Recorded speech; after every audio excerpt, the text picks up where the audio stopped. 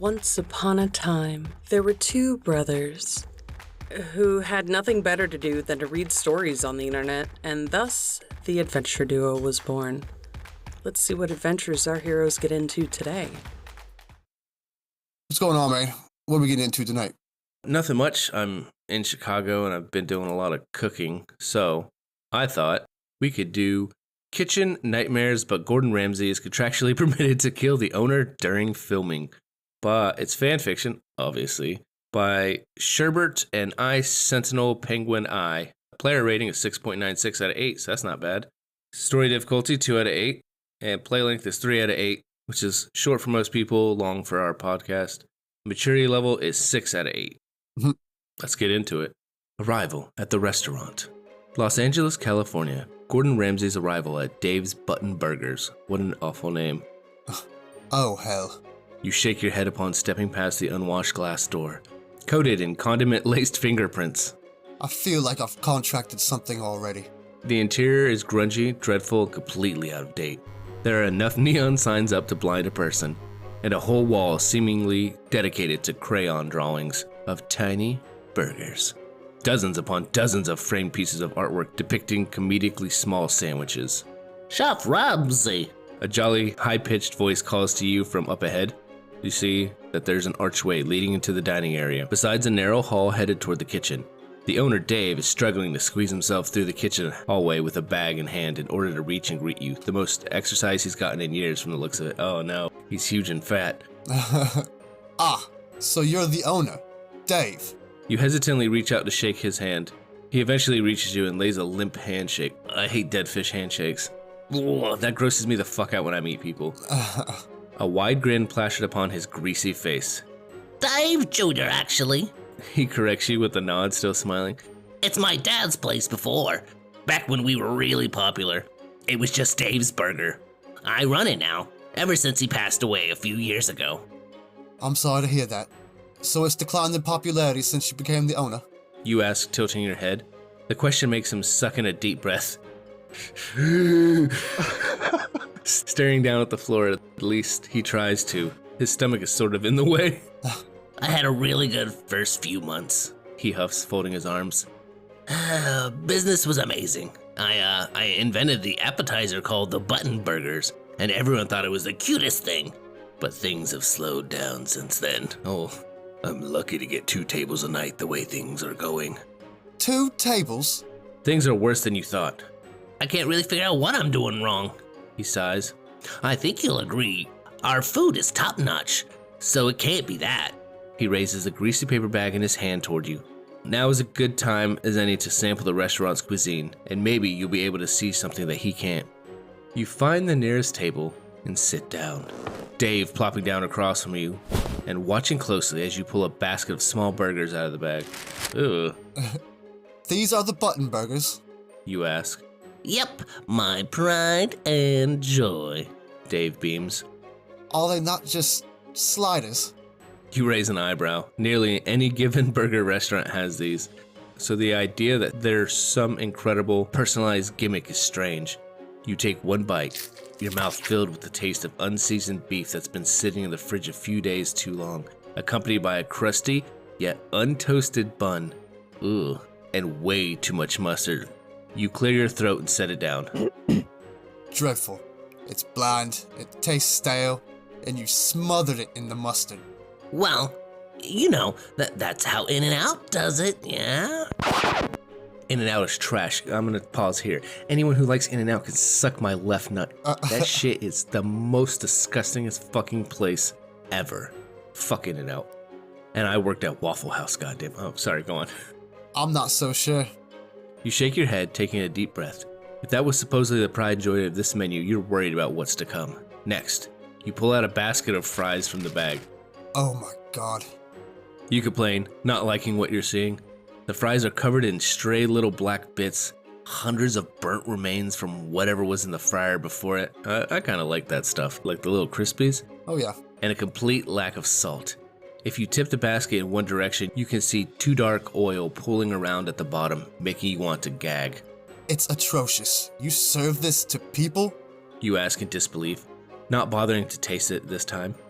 When was the last time you've changed the bloody oil, Dave? We change it every other day, Chef. Every other day. The owner shakes his head, looking embarrassed as he lies through his teeth. The fries are really good, though. As he trails off, you shake your head, and suddenly the fact that this place is drawing in 2 tables per night becomes more impressive than it is pitiful. Ah, damn. Damn, he said you ain't shit. You did. That's a pity table right there, buddy. You take the third and final item he has brought to you out of the bag and wrinkle your nose. It's a massive and very damp burger. Yeah. That's what we call my asshole. Oh. Your entire hand slick with grease just from picking it up. The bun feels like it lost all its integrity long ago, and at least 3 different sauces are oozing out of the sandwich. That's our barbecue bacon beast. The best thing on the menu. Dave comments nervously, seeing the distaste in your eyes.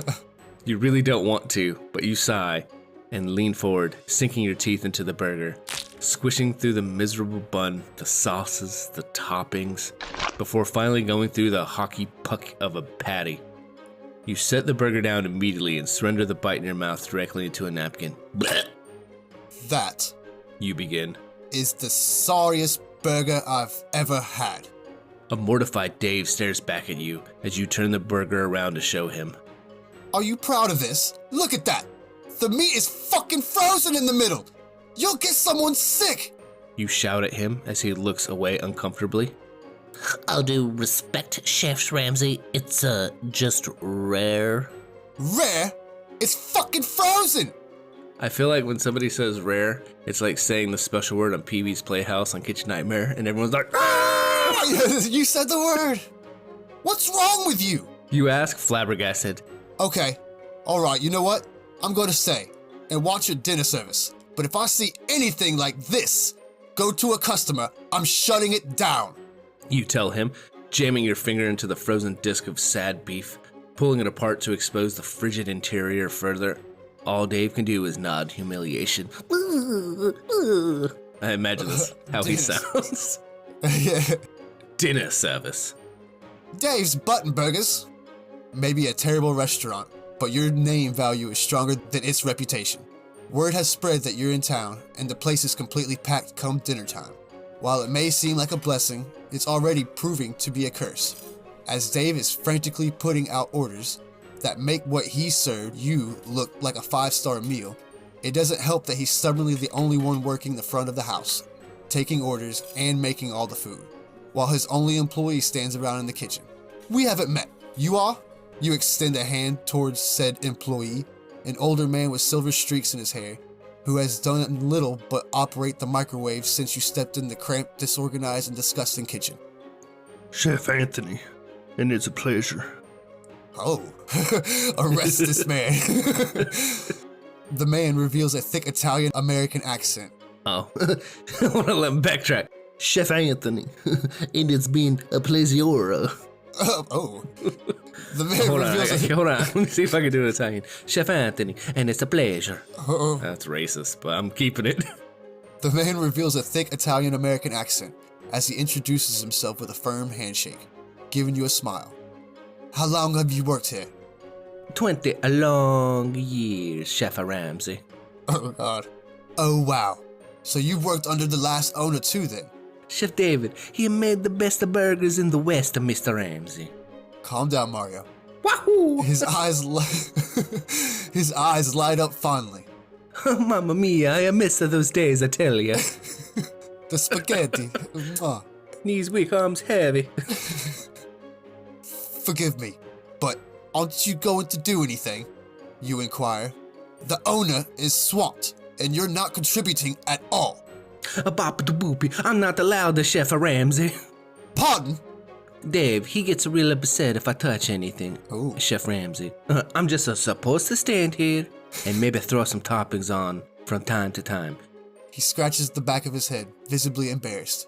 I don't like it. I feel like he just wants to look at me. I'm like an eye candy. That's terrible. Why did I do terrible like that? That's terrible. Why are you still here? You wonder. Dave is a fool to not utilize a cook with 20 years of experience under his belt. I guess Dave doesn't want to fire his dad's last employee. And this place means a lot to me, so hey. He sighs. Just then, Dave comes rushing back into the kitchen, several baskets of food in his hands. 6 you count, all of them atrocious looking. He dumps them into the trash.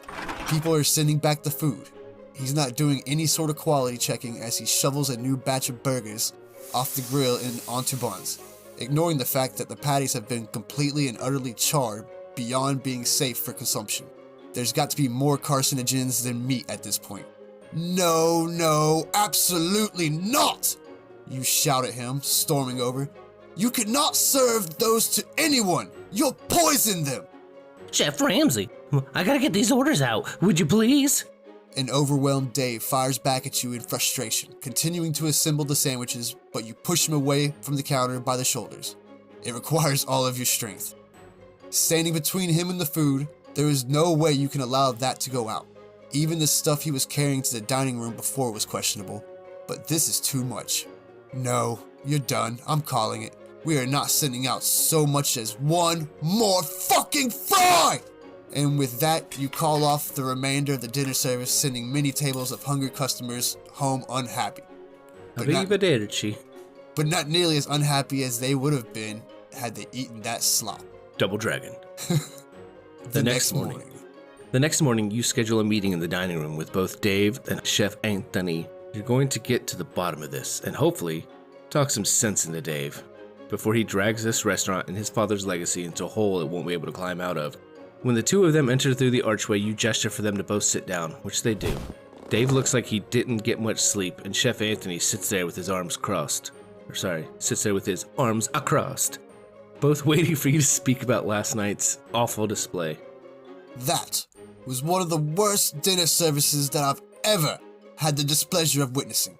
You begin, clasping your hands together as you keep your gaze mostly on Dave, who, as far as you can tell, is entirely responsible for his restaurant's failing ways. There was but one person taking orders, greeting customers, and preparing food. At first, I felt bad, until I found out that this person forbids his employee from helping him. Chef Ramsay, this is my dad's restaurant. Last night was just a little busier than usual. I don't usually need the help. Dave quickly fires back at you, leaning forward in his chair, which looks ready to collapse beneath him. You can tell he came into this ready to fight, so you give him what he wants. The diddly. This was your dad's restaurant, and it's gone to shit because you're comfortable serving shit! You shout at him. Our food is really good. He turns his nose up to you. It's been that way since my dad opened this place's doors.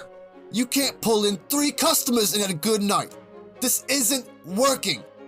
You tell him, leaning down to eye level.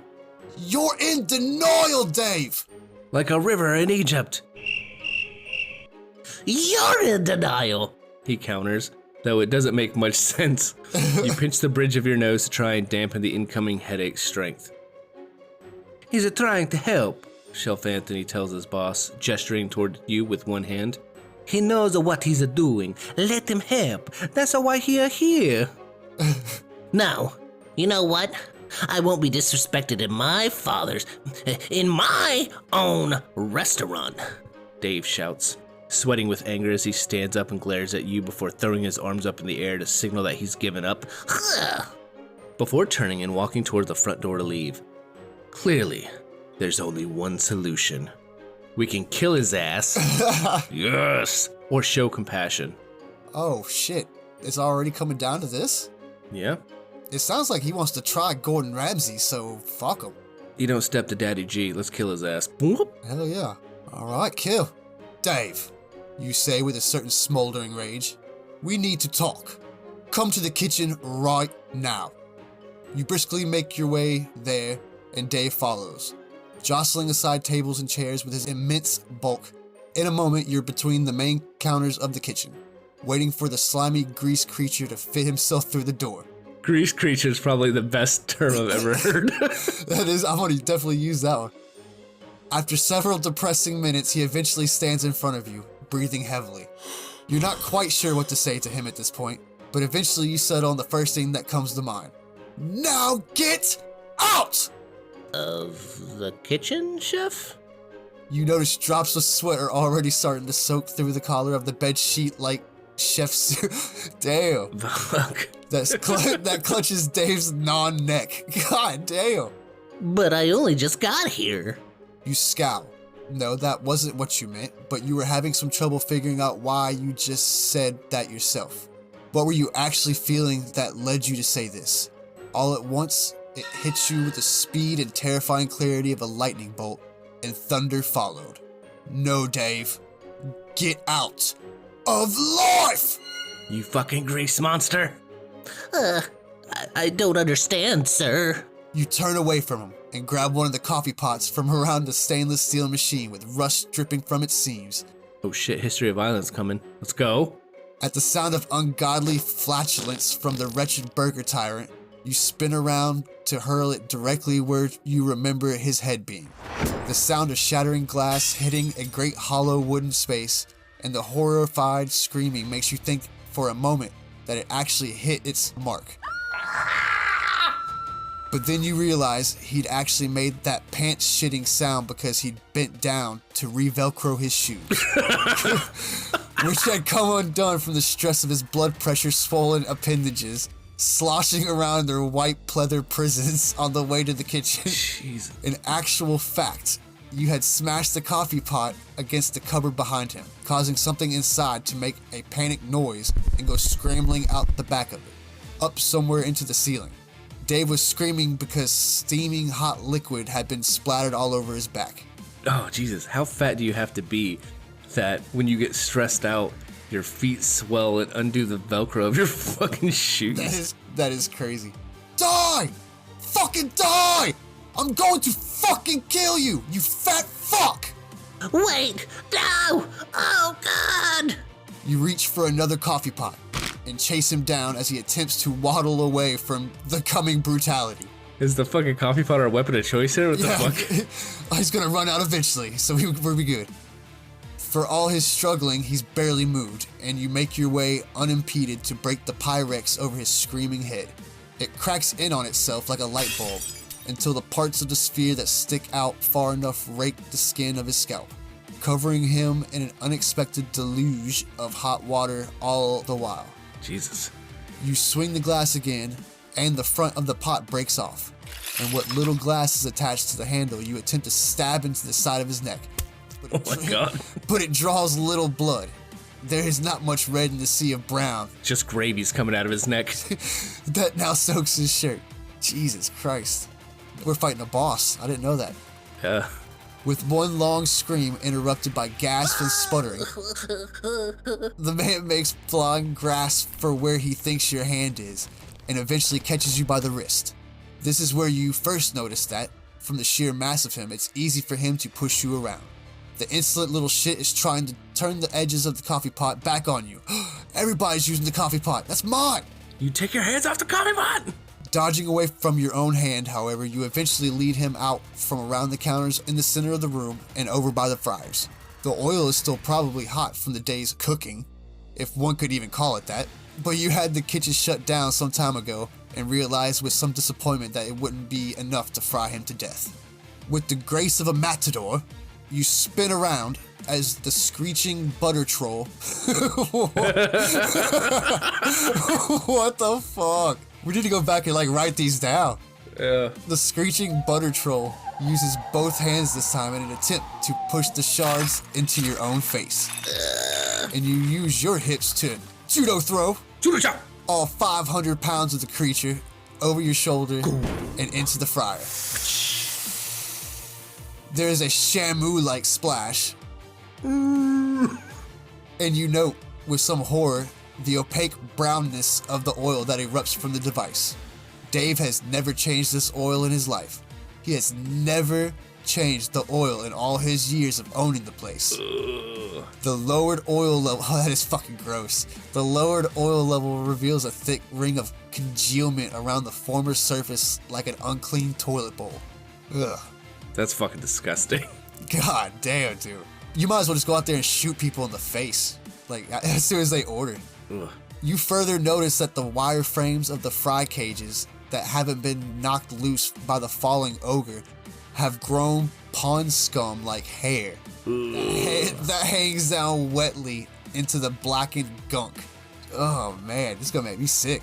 You shudder to think what eldritch horror lies even deeper beneath the surface of that oil.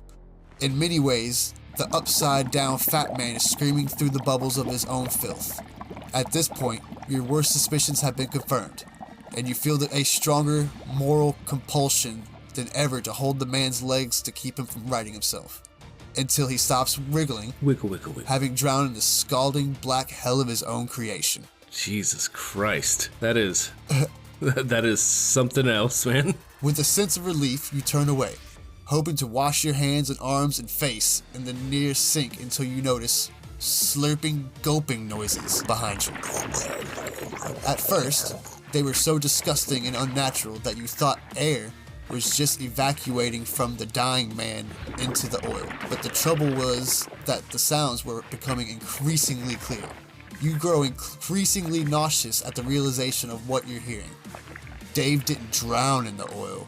He started drinking himself to freedom. Jesus. He's like, America!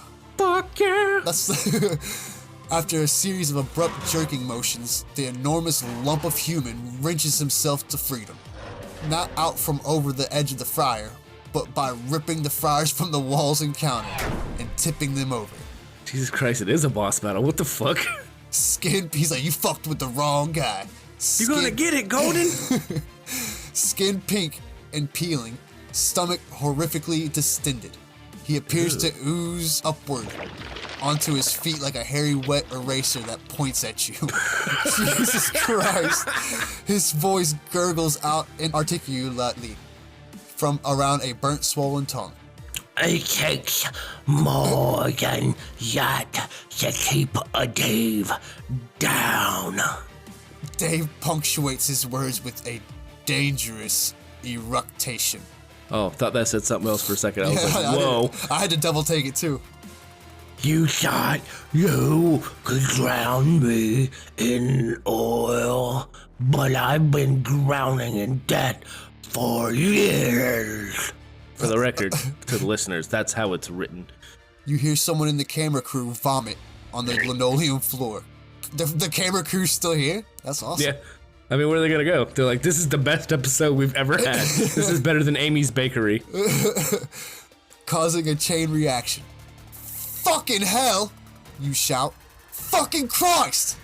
You are forced to lean over with your hands on your knees at such an appalling sight. But nothing comes up. Let me try. The olaginous... I don't know what that is. Hold on. I think he's making up a couple of these words. No. Welcome to How to Pronounce. Shut up. Oleaginos. No, not the no, that's Spanish. This is that's stupid. obviously Spanish. Rich and covered with or producing oil. Ugh. Okay. The oleaginous goblinoid says. You look up, but the sound hits you before the sight. It's a vision so traumatic that your eyes almost seem to censor it for you. You physically couldn't get yourself to look directly at him in the brief second you had before it happened. With the force of a fire hose, you are knocked to the ground by a most repugnant substance. Thicker and blacker than elderly spinach that had been left to liquefy in a Tupperware at room temperature. And that's gross. Like you saw at Evil Bertram's Bar and Grill. So you've already seen this? Ugh. Yeah, in that episode. It is quite the worst smell you've ever experienced. Worse than the goose liver ravioli that the proprietors of Papa Kukowski's Pizzeria thought to cook by pickling rather than boiling. That's fucking gross, too. Holy shit. Damn nasty. It tried to hide from you by storing it inside the wall insulation a week before your arrival. Oh shit. The ungodly mixture of oil, dead skin, and limp frozen burger meat, stomach acid, and innumerable other things that should never touch creates a smell that would compromise a man's belief in God. It's the smell of perdition itself.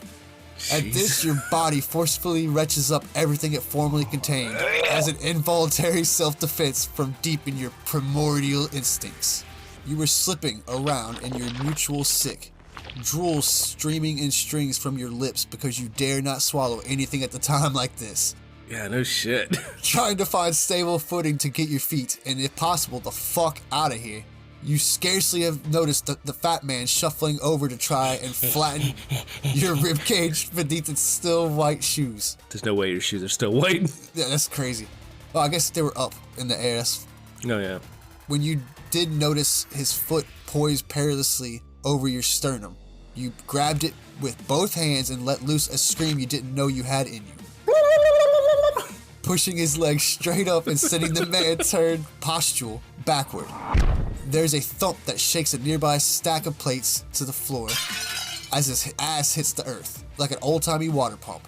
Another burst of malevolent oil vomit was forced up from inside him as his leg was forced up against his protuberant gut. We don't have to look that one up. This guy's already grossing me out. You managed to roll over onto your hands and knees at this time and waste not a moment crawling towards the plates. You pick one up, the plate, that's the weapon of choice, huh? You pick one up with both hands and smash it over his depraved face. One after the next, the force doesn't even move his head, propped up as it is by his tire of a neck, by an airplane pillow of flesh. Okay. Fuck. Jesus. We get it, he's fat. Instead, the skin of his head splits open further each time, turning the peeling, buzz-cut, growing bubblegum dome of his scalp into a increasingly shiny candy apple red surface. Alright. As an evil laugh escapes his lips, nothing seems to distract him from his slow, inexorable motion to stand up again, even as the blood spreads out over his face and forehead like a great red sheet and drips into the drooping, hog-like eyelid flesh beneath his brow. Jesus Christ, how many health bars does this guy have? What the fuck? You punch him in the face several times and succeed only in turning his head to the side. You keep punching harder and harder, right after right. Only rights though.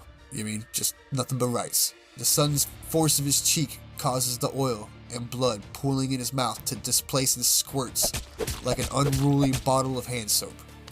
God almighty. You keep punching until he's pulled himself up onto one knee. Your hand is starting to hurt. It's like, maybe I should use my left. And you notice a stinging sensation in your knuckles. More than just his blood is painting your hand now. To your horror, you see that the upper right corner of his mouth has been sawed open by the force of being repeatedly pounded against his teeth, and a bit of his snapped-off canine has embedded itself in the webbing between your middle and index fingers. Ugh. He is still getting up. Stay down! Alright, you try to enclose your fingers around the neck of his unstoppable blubber glacier. Say that 3 times fast. Unstoppable blubber glacier, unstoppable blubber glacier, unstoppable blubber glacier. You can't say it. But even if it wasn't completely slick with vomit and gore, your fingers merely slide off any of its yielding convex edges. So gross. Fuck, dude, this is painting a scene and I love it. There is no way to grip, nothing solid to press into. Your fingers curl futilely into fists at any attempt to strangle the beast. And then you find yourself lifted up by the lapels. You're a fool, Ramsay. You think you're the chosen one? The thing that was Dave cackles into your face. His breath blurs your vision with tears. You think you're the first TV host to try and kill me? Why else do you think John Chavarro doesn't host Bar Rescue anymore? You can't sense much. The mortal wind was not meant to process so much poisonous stimulation in such short time. The human psyche was not built to inhabit such rancid realities as the ones you find yourself in. After what I'd done to him, they could hardly get him to go to the restaurants ever again. But I have something even more special in mind for you. You didn't hear the footsteps, nor the door opening. The first thing that lets you know you're in the freezer is the sensation of cold metal slamming against your back. as you are tossed fully into an array of ill-upholstered iron shelves that tumbled down just as you did. Icicles and frozen solid burger patties clatter to the floor in shattered pieces around you. The cold cuts through the adrenaline and brings you to your senses. You become aware of your own breath swirling in front of your eyes and of exquisite pain radiating from your back and your knuckles. You become aware that Dave is closing the freezer door on you. Oh no!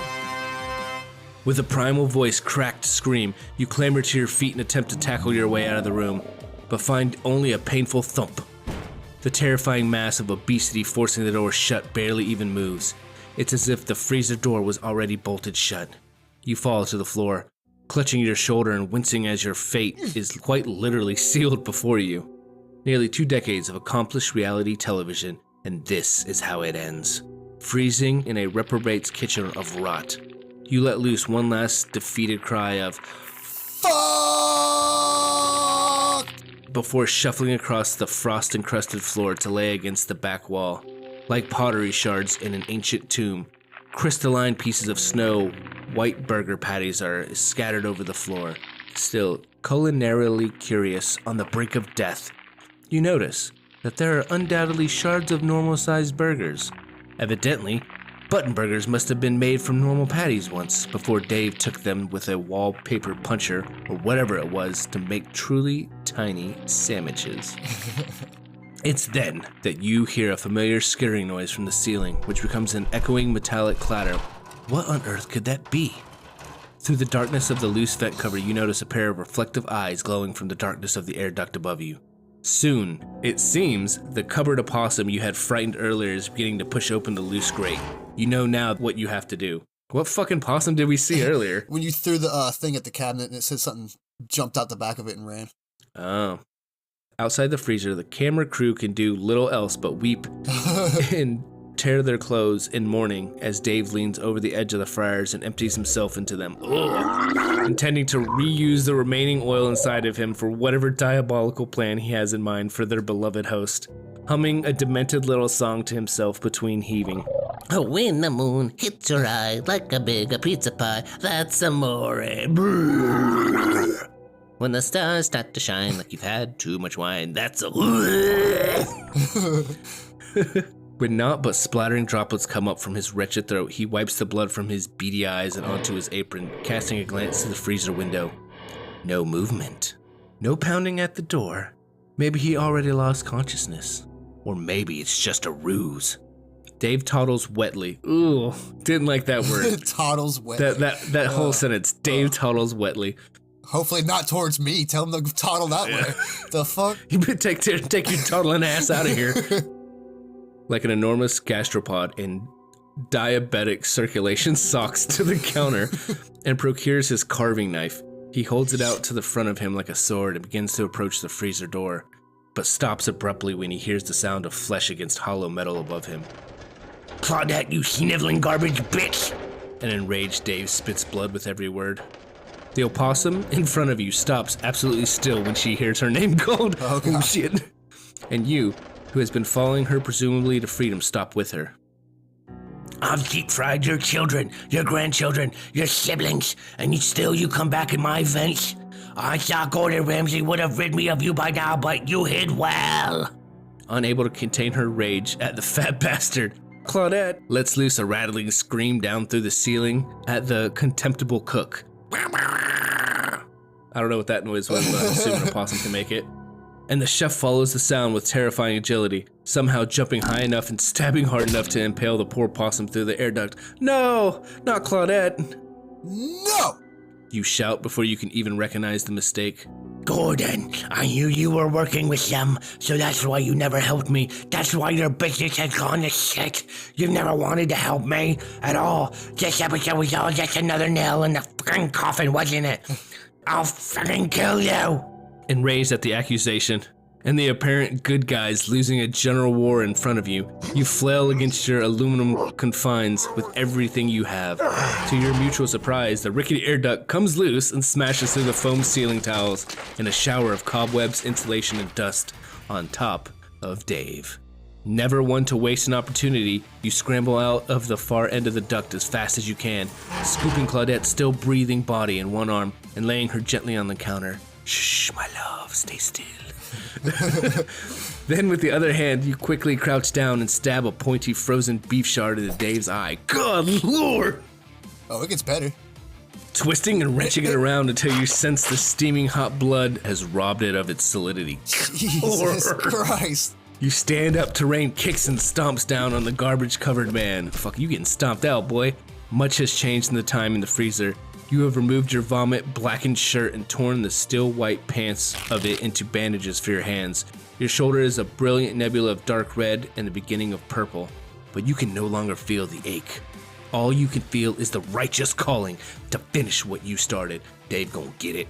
The creature's movements seem to mostly ignore the force of your blows, but the parts of his clothing that haven't been rendered a hellacious watercolor painting of fully biological slime or transparent with sweat in between the duct that sticks to his body, you can make out where the skin is darkening from the repeated force. Die, you fuck! You scream at Dave and pounding down on his head and shoulders like a chimp. Eat shit and fucking die!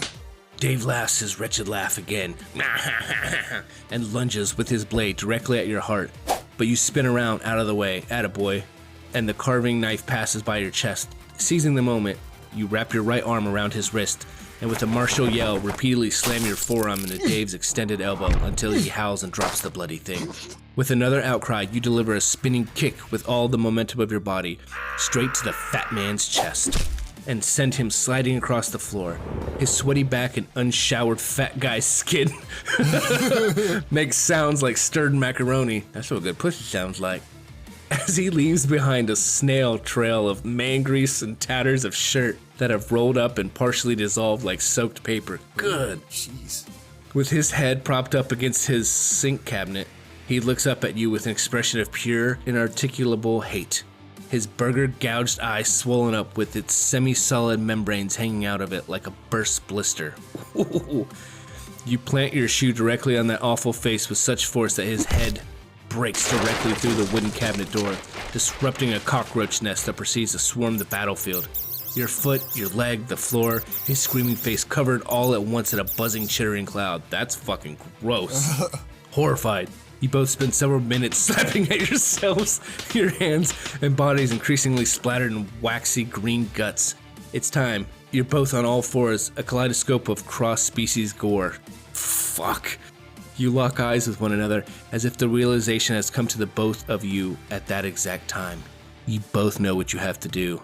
Immediately, you scramble for the knife on the floor. It's the only thing long enough. You reckon to pierce his rancid armor of flesh. With the terrifying, unexpected speed of a walrus, you can hear him galloping along close behind you. You feel his hand grip your ankle and pull with devil strength. But it's already too late. You've got your hands on it. With renewed vigor and the grin of a maniac, you roll over and stab at his chest, wrenching it out and stab again and again and again. Pulses of blood oozing out in the mixture and down the front of his shirt and onto you. You don't really notice that he's moved, as you've soon stabbing into his belly, trying to gut him like a fish. It only strikes you as wrong when you notice that you're now laying down, gleaming with blood, stabbing his leg, aiming as close as you dare to his crotch. Oh God. Oh geez, not the giblets. Though it is so swaddled in superfluous meat that you doubt you'll plunge into anything vital even there. Ha! He said you had a tiny wiener and too much fat to get to. Derp. Dave is laughing spitefully again. As his body leaks lard, thickened blood from his wounds like a tower of faucets. You can't find anything vital in the cavernous gunk. Only a god-awful smell that continues to worsen as more and more of Dave's insides make blasphemous contact with air. The handle of the knife is slick with human fat, and before you notice you'd been propping yourself up with your elbow, you slip in the pool of blood beneath you, losing grip on the knife which hangs loosely from the gory gunt of this slovenly psychopath.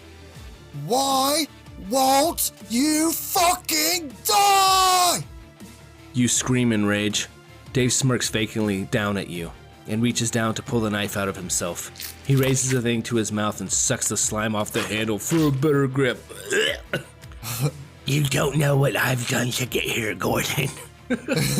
Dave says, slumping down on one knee and lurching forward. A new wave of clarified bile leaks out from between his lips as his other leg squeezes his pustulal gut. The employees I've had to eat to claim my birthright as tiny sandwich man. Oh, God. There was no one I wouldn't eat to absorb their power. Not even my own dad. You're a sick fuck! And now, it seems, I'll be eating you. Dave grins, a mangled, missed-tooth grin. But not before I eat Anthony in front of you. Your culinary legacy will be mine. Ah, no! You scream incoherently as he jams the carving knife into your stomach and twists it, before pulling it out and standing back up, making his lumbering way back toward the front of the house, where he'll no doubt be grabbing Anthony to bring him back for the final culling. Pinned to the floor by ungodly pain, with your blood pooling around you, you briefly consider the end. But something catches your eye in the bloody cabinet hole left behind by Dave's wretched head. A rusty can of WD-40 under the sink. God, that fixes everything. And a long-forgotten utility lighter for lighting the stoves. Oh, flamethrower time, baby. Covered in gunk and cockroach crap, but still apparently functional nonetheless. You waste no time in wiping the blood away from your bare stomach. With a primal roar, you cauterize the wound with your makeshift flamethrower. Jesus, fuck! Dave can't help but turn around to see what's going on. Don't you fucking dare go out there! What did I fucking tell you about leaving the kitchen like that? Dave is dumbfounded to see you dragging yourself to your feet, staggering toward him with shoes squeaking through the trail of wet blood. Like what? You're fucking raw! With a long interrupted you coat the screaming man's face in ignited petroleum. The fire crackles and bubbles with moisture, but sticks and spreads and spreads and spreads. The spitting, bubbling, fat-laced blood goes over the rancid, awful smoke like the world's smelliest candle wax. In utter shock, Dave's body begins to vomit without consent. But this is his stomach's worst nightmare. The noxious gases of his throat and stomach touch ravenous flame, and he conflagrates from the inside out with a sickening red squelch that coats you and the entire kitchen behind you in a chaotic glaze of Rothko crimson. Mouse-sized lumps of indistinct skin and entrails slide down the flat surfaces of cupboards and walls. The two lard-encrusted halves of his burst torso hang open like the cheeks on either side of an enormous ruptured ass, spilling a ceaseless fountain of discharge and disordered bowel. What was once Dave stands there for a moment, an expression of shock frozen into his one remaining eye, before slumping forward and splattering face down on the floor with the wettest slap you've ever heard in your life. Standing victoriously over his smoking corpse, and blessed nose blind to the scent of ceaseless nightmares, you give him one last kick. Fucking donkey! Oh, what's all the commotion? Oh my God! Oh my God! I'm so over that minding my Mamma own mia. business, and I just went out to get more raviolis. Chef Anthony's aloof voice turns into a blood-curdling scream. As he slides into the kitchen, the sheer smell of it all hitting him like a train, nearly knocking him unconscious on the spot. Trying not to vomit, he wipes a singular tear from his eye as he stares down at Dave's crispy, still melting remains for a moment. That's a spicy meatball. But then spends much longer looking around at the destroyed kitchen. For 20 years, this is all he has known, and in recent times, he's been forced to see Dave make a mockery of it. He does not mourn his boss. Rather, he mourns himself, knowing that after this, his old life has come to an end. Chef Anthony will never make another Dave's Burgers for as long as he lives. And despite all you've been through, and the medical attention you require, you're fucked up. You can't help but at least take his well-being into consideration. Maybe, just maybe, it's not too late to get him back into the proper kitchen. Oh, Jesus Christ. Help Chef Anthony out, or it's time to walk away. I know it's probably your choice, but honestly, fuck that guy. He didn't give you no heads up that this motherfucker that we just fought was a goddamn boss. Like, you could have gave me a heads up, hey, before you start shit with my boss. I mean, he might not have known. How the fuck? So the options are help Chef Anthony out, it's time to walk away. So you say fuck him because he didn't warn you. All right, it's time to walk away. You taking a deep breath, steadying yourself after what just unfolded. trying to stop too much of your blood from pouring out as you have a cameraman call up an ambulance. You feel like you didn't do the... Thanks, Tony. Yeah, thanks, my guy. That's a bro right there. You feel like you didn't do the wrong thing. From a certain perspective. Okay, from every perspective. Sure, you may have initiated the fight, but there's zero chance that Dave hadn't deserved all of that and more. Morally, you're actually a bit... Fuck you, Dave. Fuck Dave. Morally, you're actually a bit uncertain about airing that on television, for it will certainly cause millions of viewers to vomit and cry and scream uncontrollably. But those ratings are just going to be through the roof. This is going to be one of the most talked about episodes of television in the history of the human race. Sounds like you're pretty sure you want to air that shit. The viewership will be astronomical. Absolutely. I'd watch the fuck out of that episode. I'd trick a lot of people to watch it too. Be like, hey, it's not that bad. Let alone the hits on social media you'll get.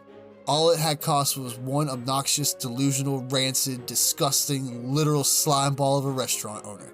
But that being said, you do feel a bit bad for the one man left behind in all this. Chef Anthony has worked there 20 years now, and in recent times, his skills have been completely ignored by Dave, who cast him aside and dragged this place into a slow, agonizing demise. For a fleeting moment, you consider finding it in yourself to offer him work, but ultimately decide against it. You brush yourself off, cast a glance towards the nearest camera, and nod to yourself. You've made your decision, and you have no regrets. Everything about this building must be left behind and forgotten. Even Claudette. You take one last look at her near lifeless body, Near lifeless, Jesus. and shed but one tear, silently thanking her for all she has done. Don't even put her out of her misery. But even What the fuck, man? But even she must be left behind. In her final moments, though, as she draws a few more breaths, you feel that she must be at peace. Having finally avenged her family, you sluggishly stumble out of the kitchen, through the hall, and push through the front doors. Push the front doors open, mumbling expletives under your breath as you stroll down the sidewalk. For one of the first times in your career, giving up on a restaurant and everything and everyone inside. Well, everyone who's left, that is. Sometime after filming, you hear that the building is being demolished, deemed to be far, far beyond repair. Yeah, no shit. The stench of the kitchen area alone, after festering for a day, was enough to kill 2 separate cleanup crews. Dude, it's fucking ground zero for fucking Chernobyl in there. That was fucking gross. Yeah, that's pretty bad. So you can't say you disagree with the decision to tear the place down.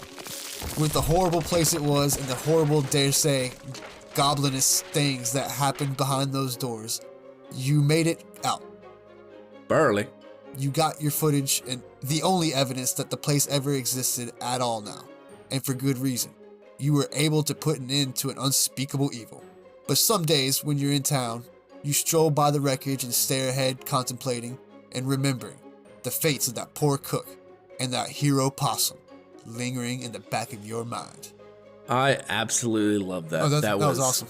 So good. 7 or 8, what are you thinking? We can't go perfect score. We have to go 7. 7. Oh, absolutely good. Sorry for butchering Gordon Ramsay. Yeah, love you, Claudette. R.I.P. homie. Neat. I fucking love that one. That was so good. I almost threw up, not from the details of it, but because I kept making the sound effects of throwing up, I almost made myself throw up. And I know you fucking were feeling it when you had to talk like he was spitting out blood. You're like, blah, blah, blah, Yeah. blah, blah. It's like, Yeah, I just imagine Jabba the Hutt, with a mouthful, talking. So, that was fucking awesome. That guy shit out a thesaurus. Guys is 2 people, or guys and gals. Those people, fucking amazing story. Absolutely love that one. That was dope. This was a fucking... And thus ends today's journey. Tune in next time. Goodbye.